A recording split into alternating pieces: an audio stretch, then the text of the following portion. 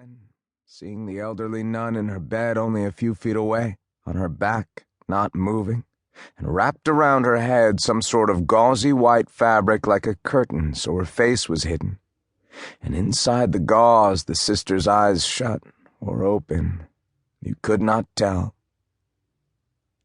Died in her sleep, cardiac arrest. By the time of our senior consulting physician's arrival at the facility at about 9 a.m., it was clear that elderly Sister Mary Alphonsus was not likely in a coma but had died. The strip of gauzy material had been unwound from the woman's head by the first nurse who'd arrived at the bedside and dropped heedlessly onto the floor. I am not a medic. I am an orderly. In all medical matters, orderlies defer to the medical staff.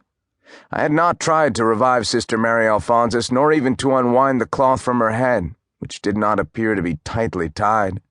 So far as I knew, the patient might have been alive following a stroke or heart attack. A legal pronouncement of death can only be made by a physician.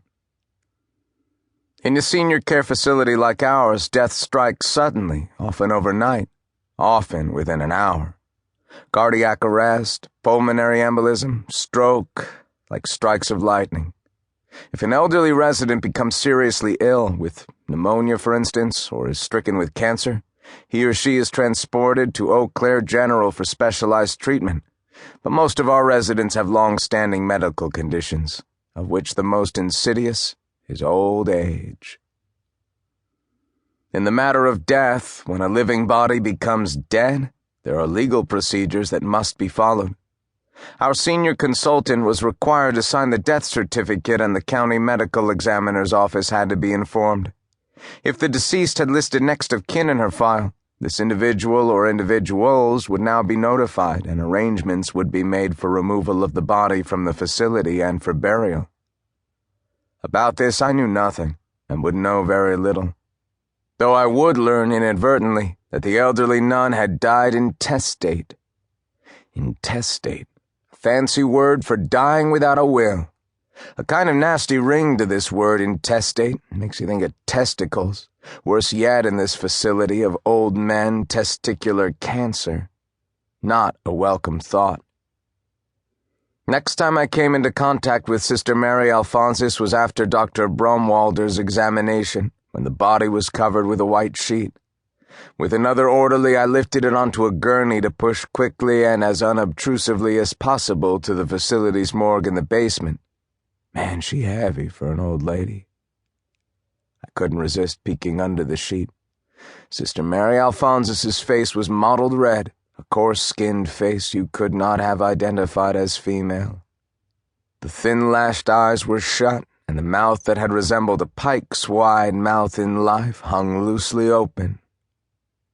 She anybody you knew, Francis? No.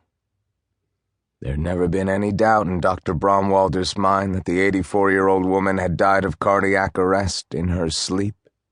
She'd been a cardiac patient. She'd had a chronic condition.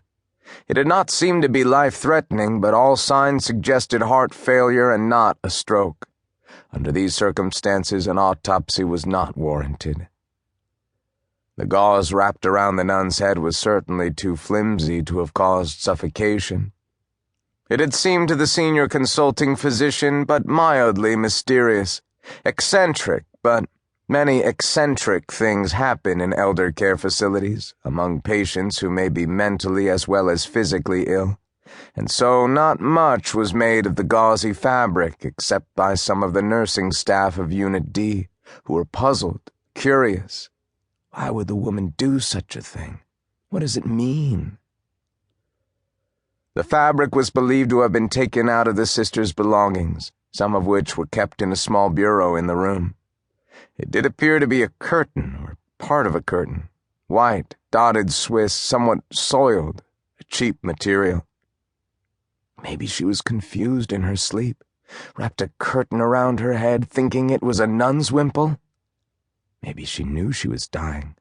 It was some kind of religious thing, like after a Catholic confesses her sins to a priest. Penance? Among the staff of Unit D, Sister Mary Alphonsus had not been a favorite. To her face, the nurses called her